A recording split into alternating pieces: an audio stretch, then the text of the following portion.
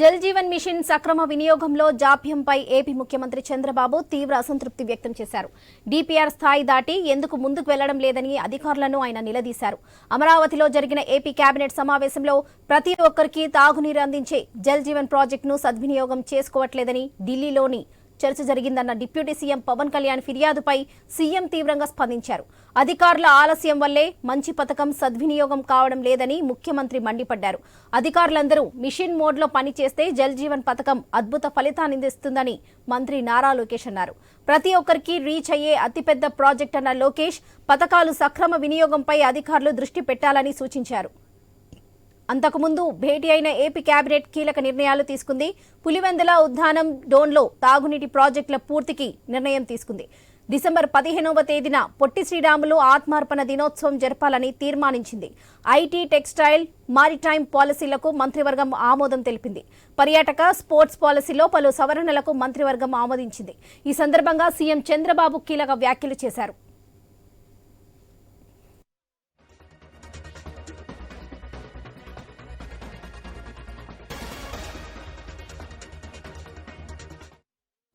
మంత్రుల విజిబిలిటీ పెరగాలని సీఎం దిశానిర్దేశం చేశారు. డిసెంబర్ 12న ప్రభుత్వం ఏర్పడి 6 నెలలు పూర్తవుతుంది కాబట్టి ఎవరేం చేశారో సమగ్ర నివేదిక ఇస్తే స్ట్రీమ్ లైన్ చేస్తానన్నారు. లిక్కర్, ఇసుక మాఫియా, రేషన్ మాఫియాను అరికట్టామన్న సీఎం ల్యాండ్ గ్రాబింగ్ యాక్ట్ ద్వారా రెవెన్యూ సమస్యలు పరిష్కరిస్తున్నామని తెలిపారు.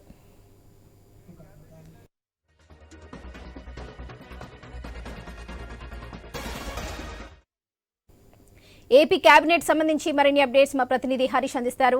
హరీష్, కేబినెట్ లో వివరణ ఏంటి, దానికి సంబంధించిన డీటెయిల్స్ ఏంటి?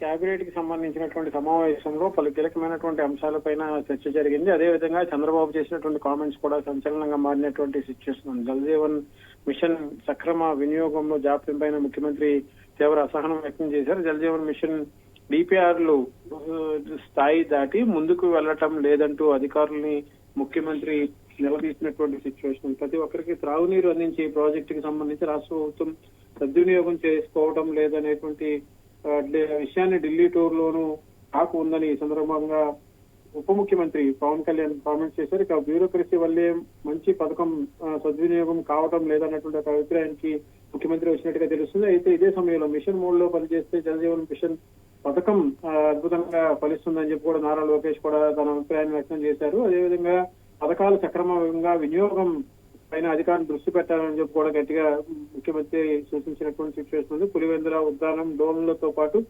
తాగినీటి ప్రాజెక్టులను పూర్తి చేయాలని చెప్పి కూడా నిర్ణయానికి వచ్చారు. ఇక మంత్రుల విషయానికి వస్తే మంత్రులు ఇప్పుడు కూటమి ప్రభుత్వం ఏర్పడి 12వ తేదీకి 6 నెలలు పూర్తవుతుంది. ఈ నేపథ్యంలోనే మంత్రులకు సంబంధించినటువంటి తమ అభిప్రాయాలు కావచ్చు, తమ పనితీరుకు సంబంధించినటువంటి అంశాలపైన కూడా వివరాలు ఇవ్వాలని చెప్పి కూడా ముఖ్యమంత్రి సూచించారు. ఇక లిక్కర్, ఇసుక మాఫియాలను పూర్తిగా అరికట్టడం, చిన్న చిన్న సమస్యలు ఉన్న వాటిని పరిష్కరించే దిశగా ముందుకు వెళ్లేటువంటి క్రమంలో భాగంగా ప్రతి విషయాన్ని క్షుణ్ణంగా పరిశీలిస్తున్నామని చెప్పి కూడా ముఖ్యమంత్రి మంత్రులకి వివరించారు. ఇక రేషన్ మాఫియాకి సంబంధించి ఇప్పటికే రేషన్ మాఫియాకి సంబంధించినటువంటి వ్యవహారం తీవ్ర సంచలనంగా మారింది. రేషన్ మాఫియా విషయంలో ప్రభుత్వం కీలకంగా వ్యవహరించినటువంటి గత ప్రభుత్వంలో కీలకంగా వ్యవహరించినటువంటి వ్యక్తులు ఎవరైతే ఉన్నారో వాళ్ళందరినీ కూడా విచారించేటువంటి అవకాశం కనిపిస్తుంది. ల్యాండ్ మాఫియాకి సంబంధించి రేషన్ మాఫియాకి సంబంధించినటువంటి ల్యాండ్ గ్రాబింగ్ యాక్ట్ ద్వారా రెవెన్యూ సమస్యలు కూడా పరిష్కరిస్తామని చెప్పి కూడా సీఎం సూచించారు.